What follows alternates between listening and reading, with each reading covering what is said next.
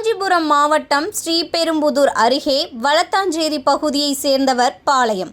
இவர் ஓரக்கடத்தியில் உள்ள தனியார் தொழிற்சாலையில் வேலை செய்து வருகிறார். கடந்த 30ஆம் தேதி இருசக்கர வாகனத்தில் வேலைக்கு சென்ற பாளையம் வாகனத்தை தொழிற்சாலை முன்பு நிறுத்திவிட்டு உள்ளே சென்றுள்ளார்.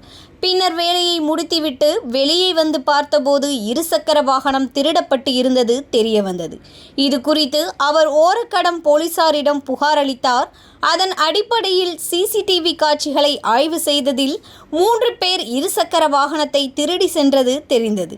இதைத் தொடர்ந்து போலீசார் வாரணவாசி பகுதியில் வாகன சோதனையில் ஈடுபட்ட போது இருசக்கர வாகன திருடர்கள் போலீசாரிடம் சிக்கினர்.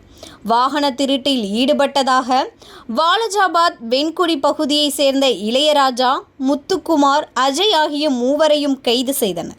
அவர்களிடம் நடத்திய விசாரணையில் திருடப்பட்ட இருசக்கர வாகனத்தை பழைய இரும்பு கடை நடத்தி வரும் தூத்துக்குடியைச் சேர்ந்த டாலி என்பவனிடம் விற்றது தெரியவந்தது. தொடர்ந்து சம்பவத்தில் தொடர்புடைய 4 பேரையும் கைது செய்து போலீசார் திருடப்பட்ட இருசக்கர வாகனத்தை பறிமுதல் செய்து வழக்கு பதிந்து நீதிமன்ற காவலுக்கு அனுப்பியுள்ளனர்.